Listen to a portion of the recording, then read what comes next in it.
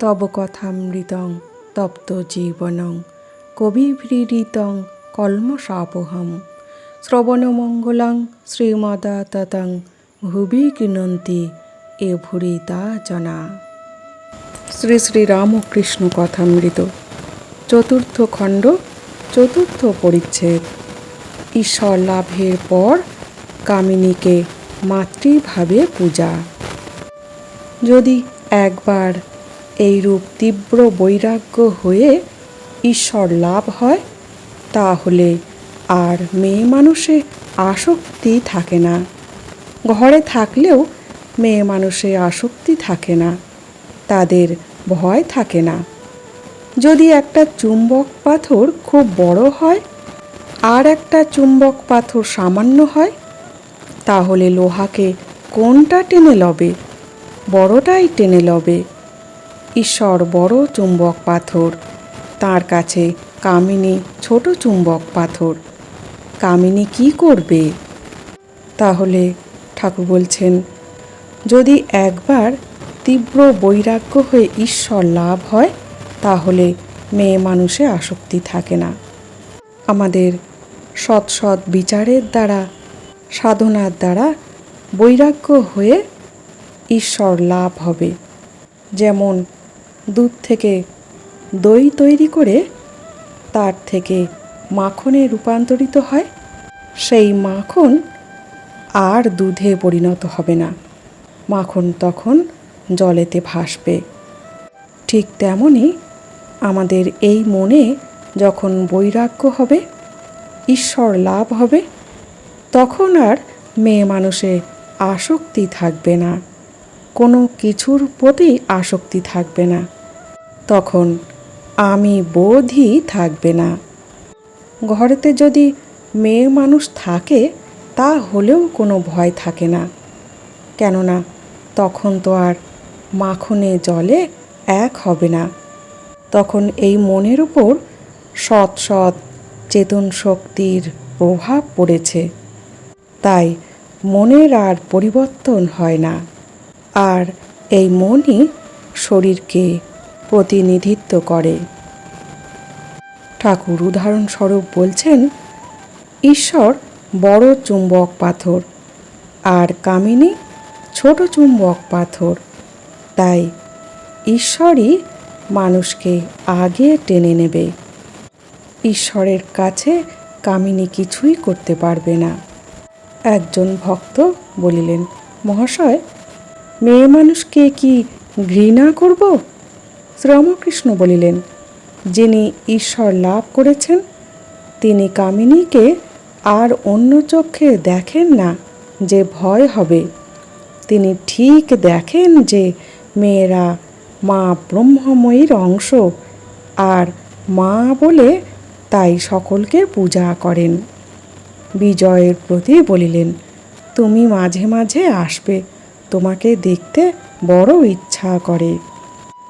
তাহলে একজন ভক্ত বলছে যে, মহাশয়, তাহলে কি মেয়ে মানুষকে ঘৃণা করব?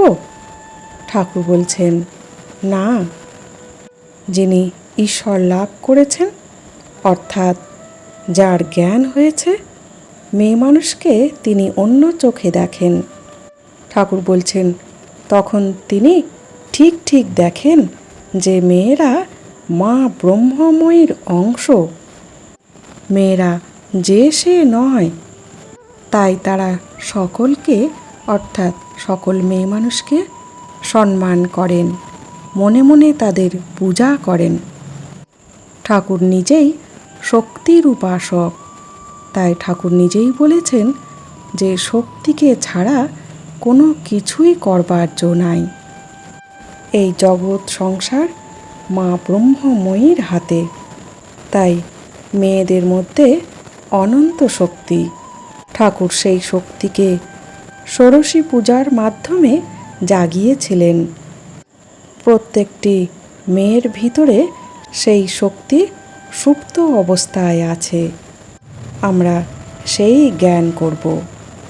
সচ্চিদানন্দই গুরু, মুক্তি তিনিই দেন। শ্রীরামকৃষ্ণ বলিলেন, মানুষের কি সাধ্য অপরকে সংসার বন্ধন থেকে মুক্ত করে। যার এই ভুবনমোহিনী মায়া, তিনি সেই মায়া থেকে মুক্ত করতে পারেন। সচ্চিদানন্দ গুরু বই আর গতি নাই। যারা ঈশ্বর লাভ করে নাই, যারা তার আদেশ পায় নাই, যারা ঈশ্বরের শক্তিতে শক্তিমান হয় নাই, তাদের কি সাধ্য জীবের ভববন্ধন মোচন করে? তাহলে ঠাকুর বলছেন যে মানুষের কি সাধ্য সংসারের এই মায়ার বন্ধন থেকে মুক্ত করতে পারে?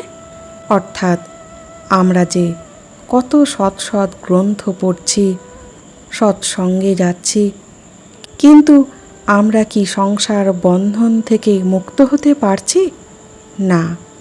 আমরা কেবল প্রচেষ্টায় আছি। তাই ঠাকুর বলছেন, যার এই ভুবনমোহিনী মায়া, অর্থাৎ যিনি এই জগৎ সংসারে মায়া রেখে দিয়েছেন, এই অনিত্য মায়ার সংসারে খেলা খেলবেন, তাই তিনি এই মায়া থেকে মুক্ত করতে পারেন আমাদের। আর সেটি সচ্চিদানন্দ গুরু দ্বারাই গতি হয়। ভগবান সচ্চিদানন্দ গুরুরূপেই ধরা দেন আমাদের উদ্ধারের জন্যে। আর বলছেন, যারা ঈশ্বর লাভ করে নাই, যারা ঈশ্বরের আদেশ পায় নাই, তাদের কি ক্ষমতা যে জীবের ভববন্ধন মোচন করতে পারে? অর্থাৎ সচ্চিদানন্দ গুরুই ঈশ্বর লাভ করেছেন, তার আদেশ পেয়েছেন, তিনি ঐশ্বরীয় শক্তিতে শক্তিমান হয়েছেন, তিনিই একমাত্র জীবের ভববন্ধন মোচন করতে পারেন। আসলে ঠাকুর পাকা গুরু ধরতে বলছেন, তাহলেই আমাদের ভববন্ধন মোচন হবে। তাহলে আর আমাদের বারে বারে এই সংসারে আসতে হবে না। একদিন আমি পঞ্চবটির কাছ দিয়ে ঝাউতলায় বাজ্যে যাচ্ছিলাম।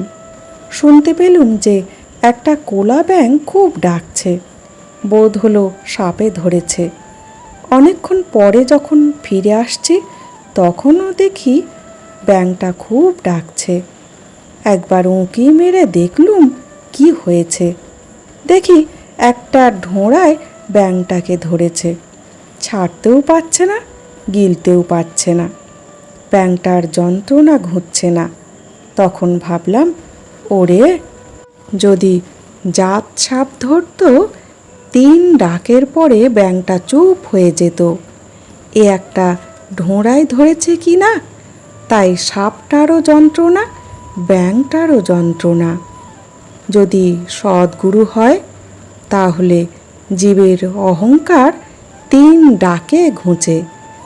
গুরু কাঁচা হলে গুরুরও যন্ত্রণা, শিষ্যেরও যন্ত্রণা। শিষ্যের অহংকার আর ঘুঁচে না, সংসার বন্ধন আর কাটে না। কাঁচা গুরুর পাল্লায় পড়লে শিষ্য মুক্ত হয় না। তাহলে ঠাকুর এই প্রসঙ্গে একটি উদাহরণ দিচ্ছেন। বলছেন, একদিন একটি ঢোড়া সাপ একটি ব্যাঙকে ধরেছিল, কিন্তু ব্যাঙটাকে গিলতেও পারছে না, আবার উগড়াতেও পারছে না। সেই হেতু ব্যাঙটারও কষ্ট আর সাপটারও কষ্ট। যদি সেটি জাত সাপে ধরত, তাহলে এটি আর হতো না। তখন 3 ডাকের পরই ব্যাঙটা মুক্ত হয়ে যেত, তো যন্ত্রণা পেতে হতো না। অর্থাৎ যদি সদ্গুরু হয়, তাহলে জীবের অহংকার 3 ডাকে ঘুচে যায়, তখন তার ভববন্ধন কেটে যায়। আর গুরু যদি কাঁচা হয়, তাহলে গুরুরও যন্ত্রণা, বলছেন শিষ্যেরও যন্ত্রণা। তখন না এদিক না ওদিক। শিষ্যের অহম বোধ যায় না, শিষ্যের অন্তঃকরণ স্বচ্ছ হয় না। আর অহম বোধ না গেলে সংসারের বন্ধনও কাটে না, প্রকৃত আধ্যাত্মিকতা উপলব্ধি হয় না। আর বলছেন, গুরুরও যন্ত্রণা। কেননা গুরু ঈশ্বরের শক্তিতে শক্তিমান হতে পারেনি, সেই হেতু শিষ্যকেও সেই পথ তিনি দেখাতে পারছেন না। তখন দুজনেই ভগবানকে না পেয়ে পথভ্রষ্ট হচ্ছেন।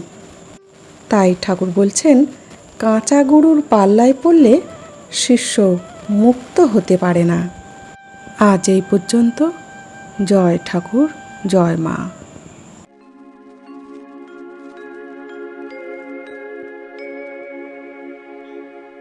নিরঞ্জনম নিত্যমনন্তরূপম ভক্তানুকম্পা ধৃতবিগ্রহম বৈ ঈশাবতারম পরমীশমিদ্যম